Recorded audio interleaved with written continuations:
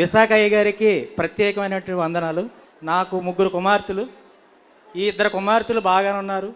ఈ మూడో కుమార్తె అయినటువంటి డిగ్రీ చదువుతుండగా 2 సంవత్సరాల క్రితం బ్రెయిన్లో తేడా వచ్చింది. ఆ తేడా 1 సంవత్సరం పాటు అన్ని హాస్పిటల్ అంటే ప్రతి ఎక్కడైతే వైద్యం ఉందో అక్కడ ప్రతి డాక్టర్ని సంప్రదించడం జరిగింది. ఏ డాక్టర్ని అడిగినా సరే వైద్యానికి దీనికి ఏమీ లేదు, మందులు అనేది లేవని చెప్పారు. నాకు కలిసినటువంటి ఒక ఆప్తులు మిత్రులైనటువంటి ఒక సిస్టర్గా ఉన్నటువంటి వాళ్ళు విశాఖ పాస్టర్ గారు ప్రార్థనా శక్తి తైలం అనేది ఇస్తారు, ఆ అమ్మాయికి ఇది చేయగానే నయమవుతుందని అందరూ చెప్పడం జరిగింది. వారి కోరిక మేరకు అలాగే నేను ఇక్కడికి రావడం జరిగింది. 11 నెలల నుంచి ఈ గుడి ప్రార్థనా శక్తి శైలం మా కుమార్తెకి చేయించుకోవడం జరుగుతుంది. ఆ రోజు నుంచి అయితే పాప ఎప్పుడు బెడ్ రెస్ట్లో ఉండేది. ఆ బెడ్ రెస్ట్లో ఉన్నటువంటి ఈ రోజుకి ఇలాగా ఈ స్టేజ్కి రావడం కారణం ఇసాకయ్య గారి సెలవే.